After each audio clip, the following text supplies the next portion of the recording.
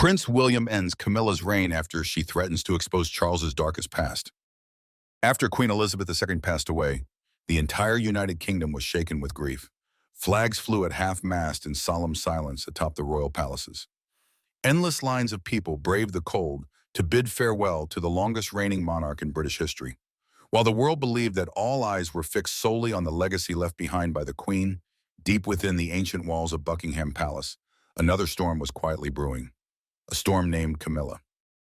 Once branded as the other woman who wrecked the royal marriage between Prince Charles and Princess Diana, Camilla had now rightfully become the queen consort. But the crown brought her no peace. On the contrary, it became a catalyst for an unthinkable scheme. Camilla discovered an old wooden box hidden away in Queen Elizabeth's study. The box had no lock, yet inside it lay a terrifying form of power. Handwritten letters detailing secret discussions about Charles's unstable mental state, his panic attacks, and even his desire to withdraw from the throne when he was still a prince. With trembling hands, Camilla turned each letter over. The scribbled lines, though messy, were as sharp as blades slashing through royal honor. If this information were leaked, it would not only erode the public image of the king, but also ignite a wave of doubt about the monarchy's stability. But instead of telling Charles, Camilla chose to stay silent and quietly turn the letters into weapons. The queen consort began to change. She demanded more control during receptions. She insisted on speaking alongside the king, even interfering with internal decisions. Many royal advisors grew uneasy, but no one dared question her, because everyone knew she held a secret that not a single courtier dared to touch. Only one person remained unfooled. That was Prince William. One night, by chance, while walking past the west corridor of Clarence's house, he heard Camilla's raspy voice echoing from a private meeting room. Words like "control the media," "Charles's condition," and "Kate must not be allowed" stunned William.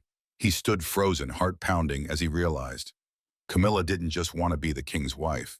She wanted to control the throne from the shadows. With the composure of a true heir to the crown, William knew he couldn't stand by and watch.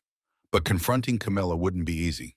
She had been by Charles's side for more than half his life, knew every weakness, every breakdown, every moment he collapsed behind the curtains. Meanwhile, William had only his faith, loyalty, and a burning desire to protect his father and protect Princess Kate, who was increasingly being isolated from royal duties by Camilla. The silent war began from that moment. No blood was shed, but every word, every glance, every decision was a hidden arrow, a battle between a son fighting for honor and a stepmother hungry for power. And in the middle stood King Charles, drifting further from reality, unaware he was being manipulated by the very woman he once loved so deeply that he crossed every moral and constitutional boundary for her. So the question now is Prince William strong enough to turn the tide? Will the truth about those letters ever be revealed to the public? And what from King Charles's past makes him so vulnerable to Camilla's control? Do you think William is right to confront Camilla in order to protect the honor of his family and the British crown? Leave a comment.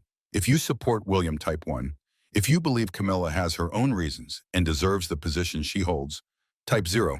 Don't forget to like the video, share it so more people can join the discussion, and subscribe to the channel to follow the next chapters of this silent battle within the royal palace, because the truth has only just begun to emerge. From the moment Camilla's trembling hands held the old letter hidden in the corner of a cabinet at Balmoral, the air in the room suddenly turned unnaturally cold. The paper had yellowed with age, but Queen Elizabeth II's handwriting remained intact, precise, meticulous, each word bearing the weight of an entire monarchy. In that letter, the Queen confessed something she had never dared to speak aloud in her lifetime, that she had sacrificed motherhood to preserve the crown, and the price she paid was a psychologically wounded son, Charles, who, from childhood, had never truly felt love, never learned how to love wholly. Camilla couldn't take her eyes off those lines, but instead of heartbreak or remorse, her gaze gradually turned cold. This was no longer a family secret, it was a weapon capable of suffocating anyone if wielded correctly. And the first target in her sights was none other than Catherine, the Princess of Wales, the woman who was becoming so beloved by the public that she was now being called the new people's princess. Camilla knew all too well that Kate's presence was a silent threat to her own standing. Whenever Kate appeared, all eyes turned to her, all compliments were directed at her. And Camilla, always the shadow of a scandalous past, the woman under suspicion, the one compared to Diana, the one called the intruder. Queen Elizabeth's letter was not just a belated regret. It was a key, one that Camilla could use to carry out a calculated plan. She gently placed the letter in a new envelope, sealed it, and carefully set it on Charles's desk in his private study. When the king entered, Camilla didn't say much, just looked at him with an expression both tender and threatening. "I think you should read this," she whispered. When Charles finished reading, his hands trembled. The wounds he thought time had buried surged back like a storm. All those years living in the shadow of the crown, never once being held by his mother, never hearing an apology until this very moment.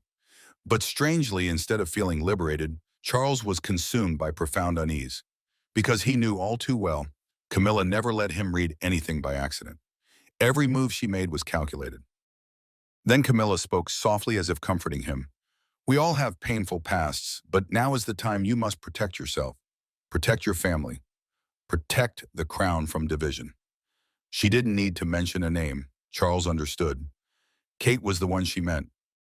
Camilla asked Charles to temporarily reduce Kate's public engagements, citing health or the need to relieve media pressure. But in reality, her goal was clear. Dim Kate's radiance, erase the image of a people's princess who was slowly stepping into the legendary shoes of Diana. Charles, weakened by the weight of his past, didn't have the strength to resist.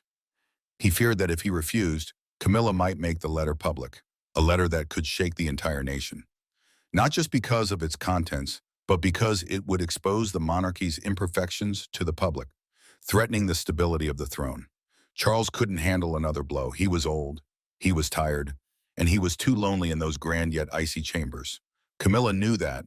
She held the deepest of his weaknesses, his fear of abandonment, his fear of being dethroned.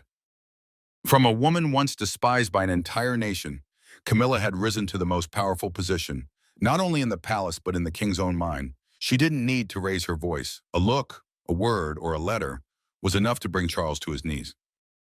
But the question remains unanswered. Was Camilla truly doing this to protect Charles from a painful truth? Or was she exploiting his wounds to fortify her own hold on the throne, pushing potential replacements like Kate out of the spotlight? Charles's silence was the bitterest answer. As Kate gradually disappeared from major royal events, public speculation began to swirl.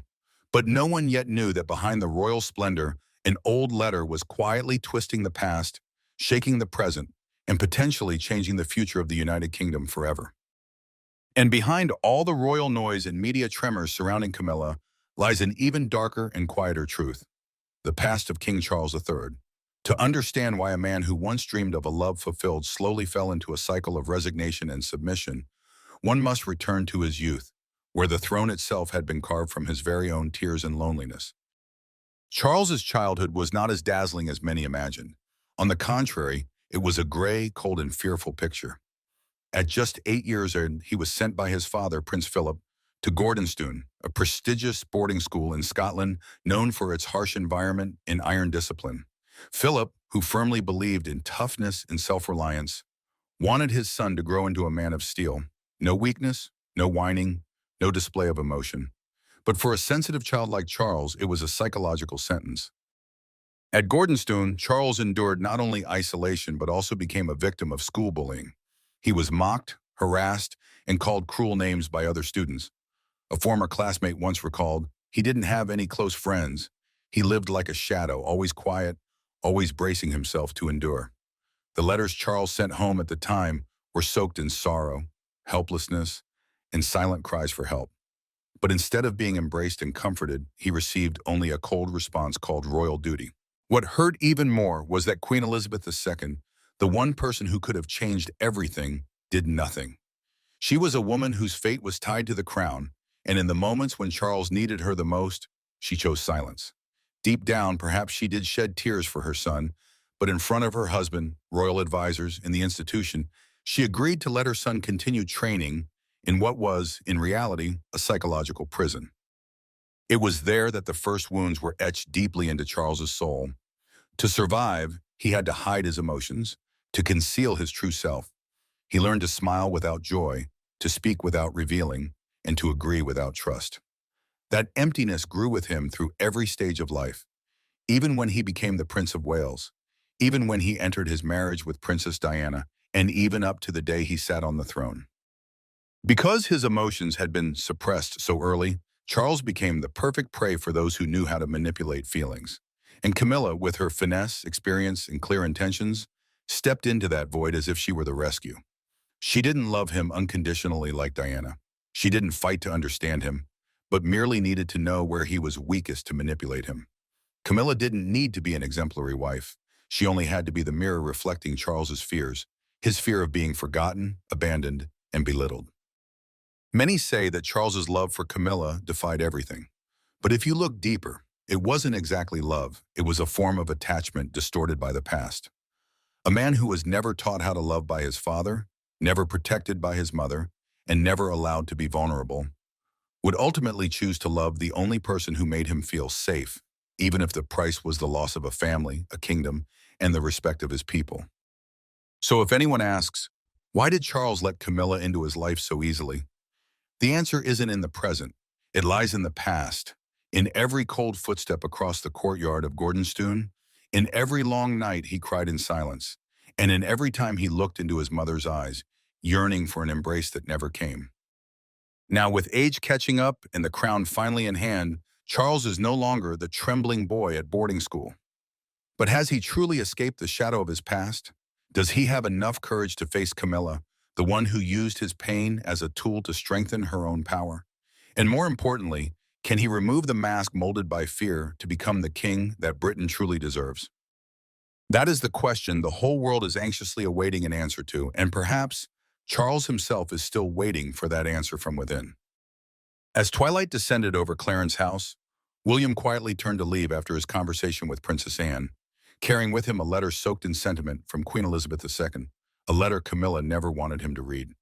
But just as he was about to exit the residence, a faint sound from a room at the end of the corridor made William freeze.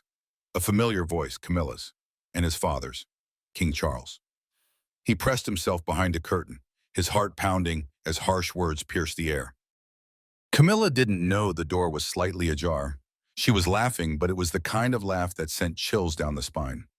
That letter should have been burned with her coffin. If William finds out, it will destroy all of Charles's power. And don't forget, Catherine will be nothing if I decide to make those letters public. A pause. Then Charles's voice tired. Camilla, stop. I don't want to hurt anyone anymore. But Camilla cut him off unfazed. If you don't control your son, the crown will fall. You know that. William was frozen. His heart pounded wildly. His eyes widened. He couldn't believe what he had just heard. His grandmother's letter wasn't just a keepsake. It was a warning. A truth that Camilla was trying to bury in order to continue manipulating his worn-down father.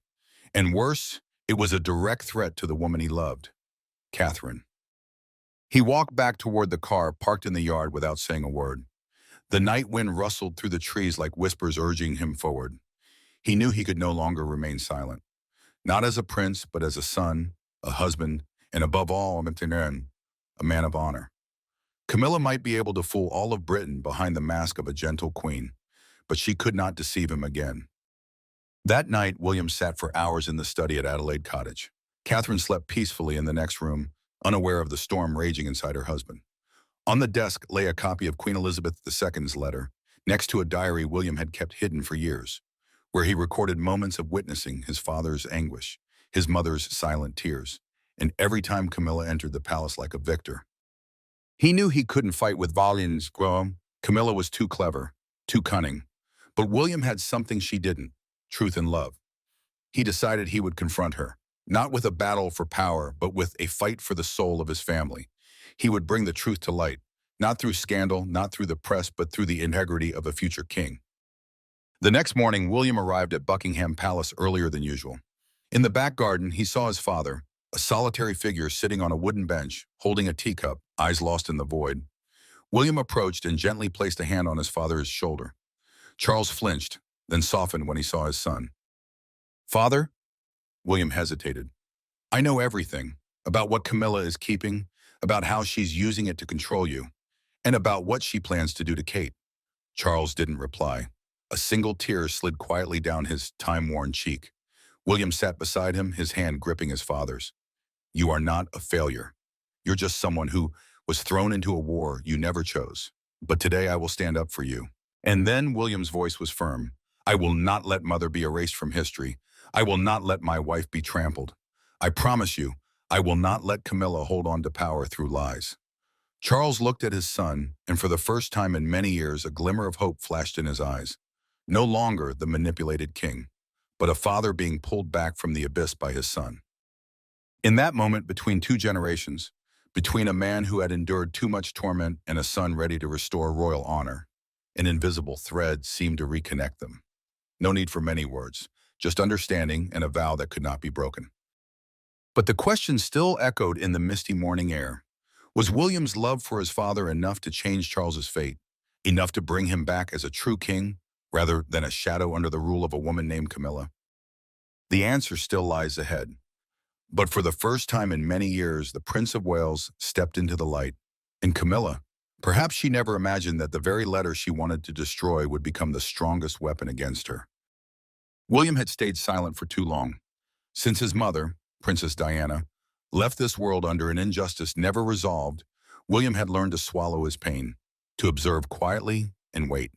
Camilla, the woman once seen as the homewrecker of Diana's family, now wore the crown and sat comfortably in the palace. But it was that prolonged silence that was most frightening, because it wasn't surrender, it was the preparation for a decisive move. After Catherine was dragged into a whirlwind of rumors and media attacks, when her charitable organizations were crushed by false information, William knew he could no longer stand by. A silent war had long been underway, and this time he would be the one to initiate it. In the shadows, he summoned his most trusted advisors, those loyal only to him, untouched by Camilla's influence. They weren't just legal or media experts, but also seasoned figures in financial investigation. William's strategy wasn't impulsive. Everything was meticulously planned, step by step, as if he had been plotting it for years. Leaked emails between Camilla's advisors and certain tabloid papers were being compiled. Shady transactions from accounts linked to the Queen's Foundation charity were being traced. Even a few witnesses, former staff members of the organization, had agreed to give confidential testimony. They confirmed they had been forced to falsify records and redirect funds for murky purposes. Camilla may have placed too much faith in the media power and political influence she had built. But what she didn't anticipate was that William, the man once considered too soft to be king, had quietly gathered enough leverage to knock her off the chessboard of power she had long manipulated. And then the inevitable moment of confrontation arrived. At Clarence House, once the home of Camilla and King Charles, William came in person unannounced without ceremony. In the closed room, there were only three people: William, Camilla, and a royal legal representative. No courtesy, no beating around the bush. Only neatly arranged files placed on the table, evidence that could not be denied. William's voice wasn't loud but chillingly cold. "I will not allow my mother to continue being insulted, nor my wife to be destroyed just to protect a title that you no longer deserve to hold." Camilla's face went pale. She stared at each page, the leaked messages, the bank statements, the evidence for which there was no excuse. In that moment, the once powerful queen consort was no longer the cold woman behind the throne, but a cornered figure with nowhere to run. William did not demand her abdication. He didn't cast her out of the royal family in a cruel way, but he forced her to relinquish all real power. No more involvement in royal decision-making, no more appearances as a royal representative at major events. She still held the title of queen consort, but it was now an empty name. From that moment on, every voice, every decision would no longer bear her name. "You spent 30 years building this power, but it only took me 30 minutes to take it back," William concluded with an icy final remark. Camilla said nothing, but tears began to fall, not out of remorse, but out of pain, the realization that she had completely misjudged her opponent. William was not just a gentle prince. He was the heir to the throne forged by the pain of losing his mother, the fury of betrayal, and the will to survive in a world full of traps. She hadn't foreseen that the very child who broke down at Diana's funeral would be the one to make her lose everything. Camilla wanted to resist, but she knew well, if these pieces of evidence ever reached the public, the consequences wouldn't stop at the palace walls. Her reputation, her crown, even her existence in the eyes of the public, all would be crushed. The only choice left was to silently accept defeat and try to hold on to the last shred of dignity she had. And when William left Clarence House that day, his footsteps no longer carried the hesitant air of an heir controlled by the previous generation. They were the footsteps of a future king, one who had personally exorcised a ghost from the royal family's history. But the biggest question remains: Camilla, the woman who had never backed down in over 4 decades, would she truly accept this defeat forever? Or would she find a way to return, to slip once again through the cracks and reclaim her power? William had won the first battle, but in the British royal family, the war for power has never been a single round. As King Charles's eyes quietly drifted out toward the withering autumn garden of Sandringham, he opened up, for one rare moment, about the wounds of his childhood. No longer the rigid monarch of his early reign, Charles admitted that during his youth, he grew up under the cold severity of palace life, deprived of family warmth, and always feeling like a stranger in his own home. The relationship with his father, Prince Philip, was distant, while the expectations from Queen Elizabeth were like a heavy royal cloak, forcing him to become a symbol rather than a human being. Charles didn't blame anyone, but in his tear-filled eyes, one could see regret. Regret for repeating the same cycle with Diana, his first wife, and with his sons, especially William. Only when William became a father of three and insisted on raising his children with love and presence did Charles begin to understand. It was William, with his calm and empathy, who pulled his father out of the emotional cocoon that the palace had built. And it was thanks to William that Charles finally learned something that had seemed simple yet escaped him his whole life: that love is an action, not just a duty. In that belated journey, the image of Princess Kate Middleton unexpectedly became a beacon. From a commoner, Kate won the hearts of the people not through power or position, but through sincerity, compassion, and the way she treated everyone with a kindness rarely seen in royal circles. Each gentle gesture toward the elderly, each affectionate glance at children, every appearance, never ostentatious but always graceful, turned Kate into the ideal model of a future queen, and more than that, a symbol of hope for a modern monarchy. The irony is that the very role, a beloved and respected public figure, had once been Camilla's unattainable dream. Years ago, Camilla had hoped to be the most important woman in Charles's life and in the eyes of the public. But the harsh reality was gradually becoming clear. She held the title of queen, yet now lived as an outsider, isolated in the very castle once built for her. Highgrove House, where Camilla had retreated into seclusion, had once symbolized the quiet love between her and Charles. But now it had become the lonely fortress of a woman stripped of power, influence, and public respect. Royal banquets no longer required her presence. Internal meetings at Buckingham Palace took place without her voice. She remained queen on paper, but only as a fading shadow in the pages of history. Meanwhile, Catherine, the Princess of Wales, was increasingly emerging as a new symbol of continuity. Under the reign of a Charles who had learned to show emotion and acknowledge mistakes, and with the companionship of a modern-minded William, the British monarchy was entering a new era, a more humane, empathetic institution that listens rather than commands. And the people, long weary of scandals, divisions, and lifeless, polite facades, were beginning to rediscover a flicker of faith, however fragile, in the symbol of royalty. But the big question still lingers, like a cloud yet to clear over the British sky. Will King Charles's sincerity, his late remorse, his efforts to reconcile with his children, and his trust in the next generation be enough to restore the public's faith in the monarchy? Or is it merely the last glimmer at the end of the tunnel for a dynasty too outdated, struggling to maintain its existence in a world where the throne is no longer the center? The answer remains unclear, but at least for the first time in decades, the people see a king who can cry, and a royal family learning how to be human. Amid the whirlpools of power, ambition, and emotional storms within the British royal family, the story of Prince William's loyalty and King Charles III's late-found courage shines like a small light in the darkness. By daring to face the shadows of his childhood, his past mistakes, and the pain he himself had caused, Charles began a journey to reclaim his humanity within a once cold and closed institution. And it was William, through his resilience, his unwavering loyalty to his mother, Princess Diana, and his steadfast belief in what is right, who became the rock upon which his father could learn to be a parent, to be a king who knows how to love. In the darkness of secrets, in the crumbling of old images, a new hope is forming. A hope bearing the image of Princess Kate, a symbol of kindness and sincerity, who replaced Camilla in the hearts of the public without ever needing to fight for it.